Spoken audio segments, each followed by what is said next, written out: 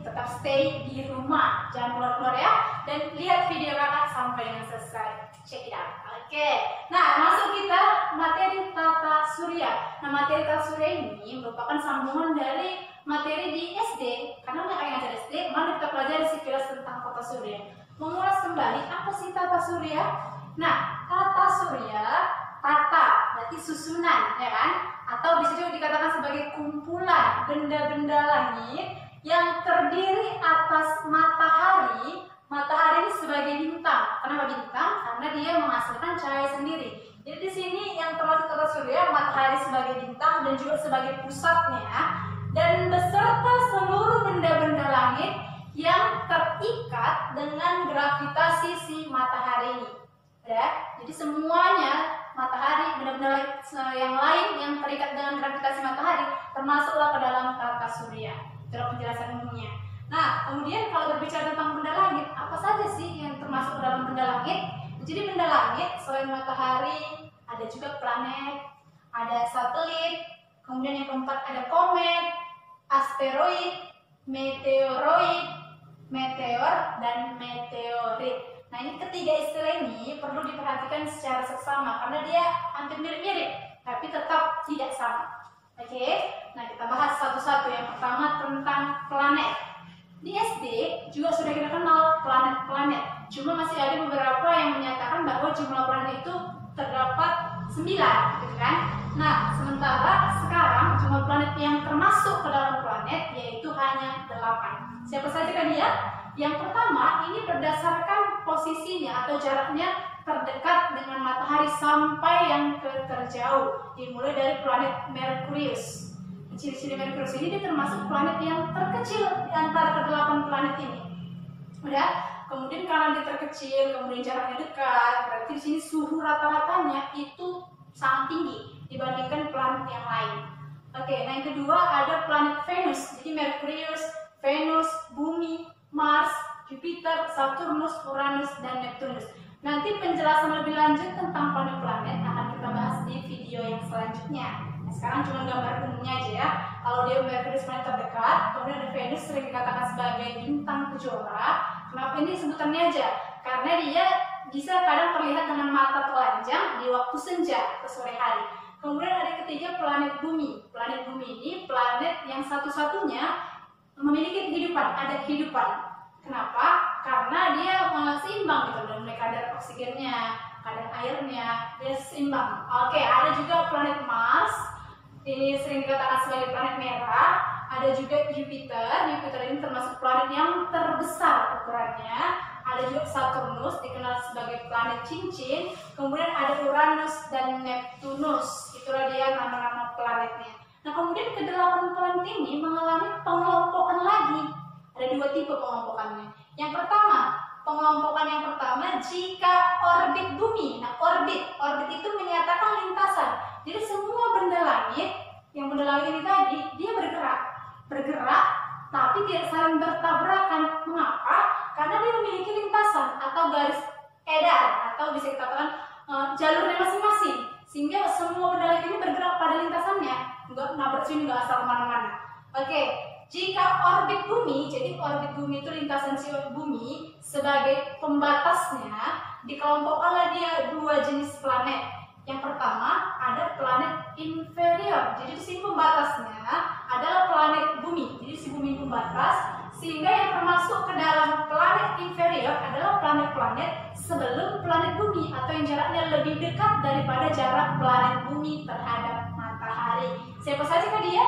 Nah, berarti ada 2, ya kan? Yang pertama planet Merkurius, planet inferior berarti planet Merkurius, dan planet Venus. Oke, dia tadi ya, jika bumi sebagai pembatas. Nah, berarti sisanya planet superior yaitu planet yang orbitnya tadi itu di luar atau lebih besar, orbitnya lebih jauh daripada orbit planet bumi. Sisanya ada berapa lagi nih? Ada 5 lagi ya. Ada planet Mars. Ya, lihat sama-sama, ada planet Mars, Jupiter, kemudian ada Saturnus, Uranus, dan Neptunus.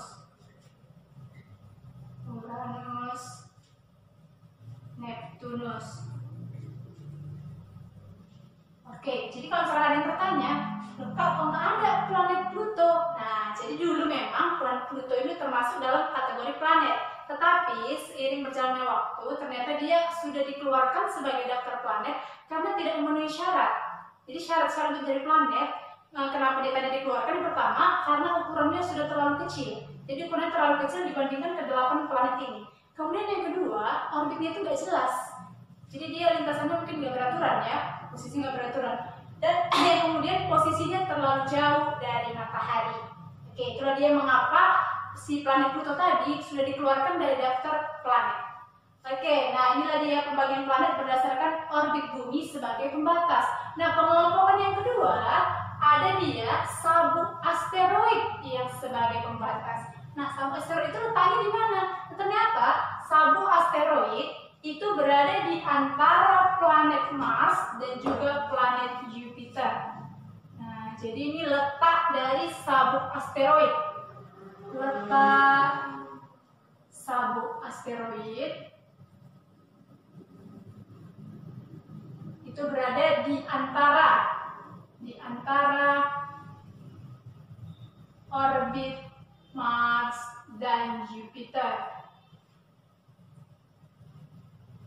Nah, sehingga yang dimasukkan ke dalam planet dalam itu adalah planet yang mulai dari Merkurius sampai ke Mars. Jadi batasnya itu di letak sabuk asteroid tadi. Jadi termasuk planet dalam di sini ada Merkurius, singkat-singkat aja ya. Kan di sini ada daftarnya. Kemudian ada Venus, Bumi, dan juga Mars. Sedangkan sisanya ini termasuk dalam kategori planet luar. Berarti di luar dari letak sabuk asteroid tadi. Ada siapa saja? Nah, ada Jupiter. Ya, ada Jupiter. Kemudian ada Saturnus. Ada Uranus dan Neptunus. Oke, inilah dia pengelompokan planet berdasarkan pembatasnya. Lanjut, benda langit selain planet, apalagi? Yang ketiga ada satelit. Jadi satelit ini termasuk benda langit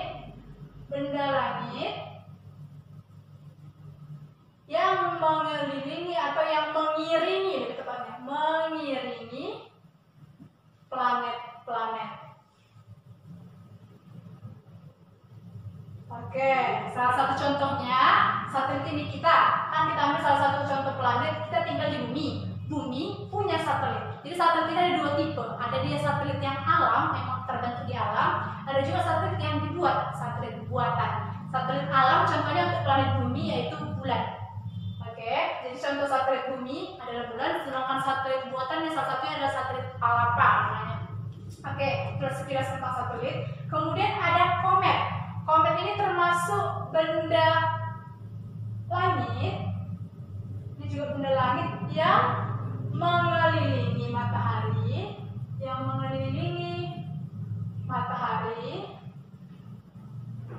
dengan lintasan lonjong atau kadang hiperbolis kan. Dengan lintasan atau orbit dia lonjong. Bentuk komet ini dia seperti berekor. Ada yang mengatakan dia bintang berekor, tapi tidak bisa dikatakan bintang. Kenapa? Karena istilah bintang itu menyatakan benda langit yang menghasilkan cahaya sendiri. Di komet itu tidak menghasilkan cahaya sendiri. Dikatakan bintang berekor karena dia mirip bintang yang memiliki ekor, dan arah pergerakan ekor komet itu selalu mengarah berlawanan dengan arah matahari. Jadi kalau misalkan dia menghadap matahari, ekornya selalu ke belakang, membelakangi di arah perputarannya. Oke, kemudian lanjut, ada asteroid. Asteroid ini sering juga disebut dengan planetoid. Jadi ini planet kecil, ini termasuk planet kecil. Oke, yang mengelilingi matahari.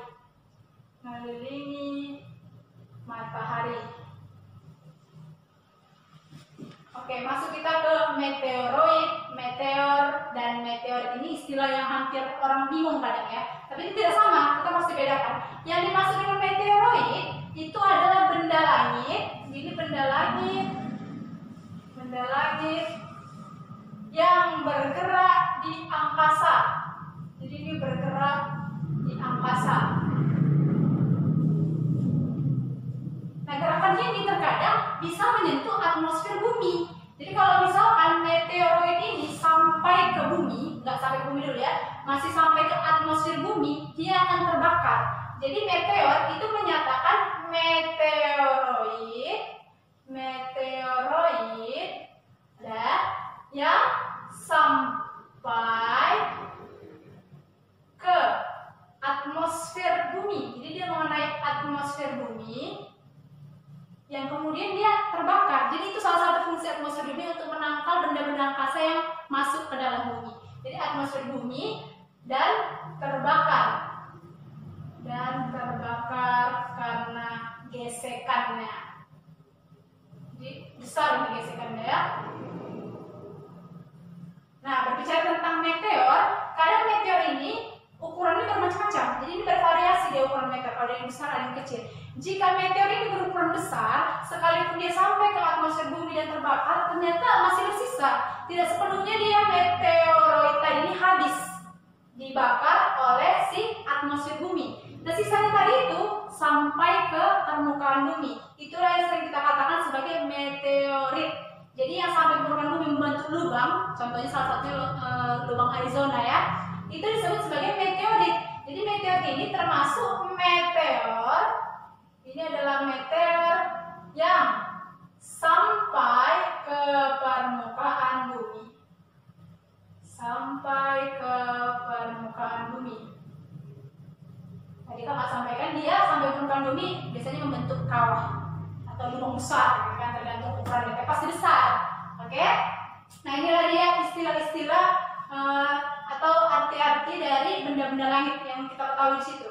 Oke, nah lanjut. Yang terakhir, karena semua benda langit ini bergerak sesuai dengan orbitnya, ternyata posisi atau jenis gerakan dari si benda-benda langit ini ada dua jenis, yaitu gerak yang pertama namanya gerak rotasi, dan yang kedua ada namanya gerak revolusi. Nah, apa itu gerak rotasi dan revolusi? Kalau dia dibedakan berarti ada perbedaan, kan gitu kan?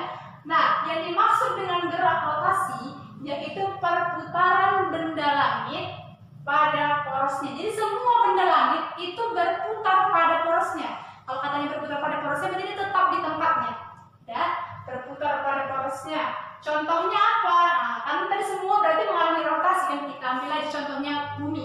Jadi salah satu yang berotasi yang kita amati yaitu rotasi bumi. Rotasi bumi. Nah, berarti bumi berotasi. Dari mana kita tahu bumi berotasi? Nah, ternyata gejala rotasi bumi ini ada dampaknya kita lihat dalam kehidupan sehari-hari. Kenapa bisa ada siang, kenapa ada malam? Ternyata itu salah satu dampak dari rotasi bumi. Ketika bumi berotasi, berarti posisinya terhadap matahari itu berubah-ubah, walaupun di tempat yang sama. Ketika dia mengalami posisi yang menghadap matahari, disitulah bagian bumi mengalami waktu siang. Sementara bagian bumi yang membelakangi matahari, dia mengalami waktu malam. Nah, jadi rotasi bumi ini, waktu yang dibutuhkan si bumi untuk kembali berputar tadi pada porosnya, itu adalah sebesar 24 jam. Waktu ini sering dikatakan sebagai kala. Jadi kala itu waktu ya. Kala rotasi, ini waktu yang dibutuhkan si bumi untuk rotasi sebesar 24 jam atau setara dengan 1 hari. Sama dengan 1 hari. Oke, inilah dia bumi. Akibatnya tadi apa? Akibatnya terjadinya siang dan malam. Nah, akibat rotasi bumi, akibatnya ada siang dan malam.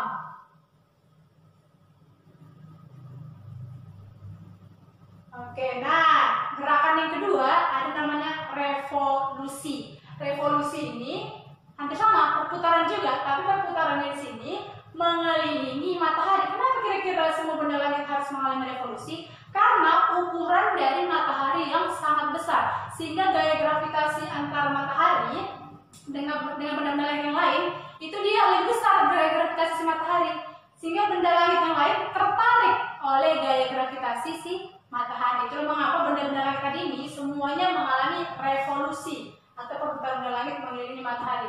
Faktornya itu satu, karena ukuran matahari jauh lebih besar dibandingkan benda-benda langit yang lain. Nah, berbicara tentang revolusi, kita ambil juga yang satu contohnya yaitu bumi. Berarti contoh yang pertama kita ambil yaitu revolusi bumi. Nah, kalau bicara tentang revolusi bumi, berarti ini waktu yang dibutuhkan si bumi untuk mengelilingi matahari. Jadi kalau matahari, ini posisi awal si bumi, waktu yang dibutuhkan untuk bumi mengelilingi matahari sampai ke titik awal, itu dikatakan sebagai kala revolusi atau waktu yang dibutuhkannya. Revolusi bumi memakan waktu atau kalanya itu sebesar 365/4 hari, atau ini sama dengan 1 tahun. Oke, nah apa kira-kira dampaknya dari revolusi bumi? Salah satunya itu terjadinya perbedaan musim, ada perbedaan waktu dan lain sebagainya. Nah, contoh hubungan antara bumi dengan bulan satelitnya ya. Jadi si bulan ini ada di benda langit yang hanya mengalami rotasi dan revolusi. Udah cuma itu aja. Kalau dia satelitnya si bulan, dia itu 2 kali mengalami revolusi. Yang pertama dia berotasi, jadi bulan atau satelit yang lain dia mengalami rotasi berputar pada porosnya. Kemudian dia berevolusi, nggak mengelilingi matahari dulu, tetapi si satelit tadi mengelilingi planet-planetnya. Jadi contoh tadi satelit kita bulan, dia mengelilingi bumi. Jadi bulan mengelilingi bumi, berotasi, kemudian dia berevolusi terhadap bumi, dan yang ketiga bersama-sama dengan si bumi dia bergerak mengelilingi matahari. Oke, nah inilah dulu materi kita tentang tata surya. Ini materi umumnya aja, gambar umumnya. Untuk selanjutnya pendalaman tentang ciri-ciri planet dan benda langit lainnya akan kita bahas di video selanjutnya. Oke, tetap stay di rumah. Salam wow.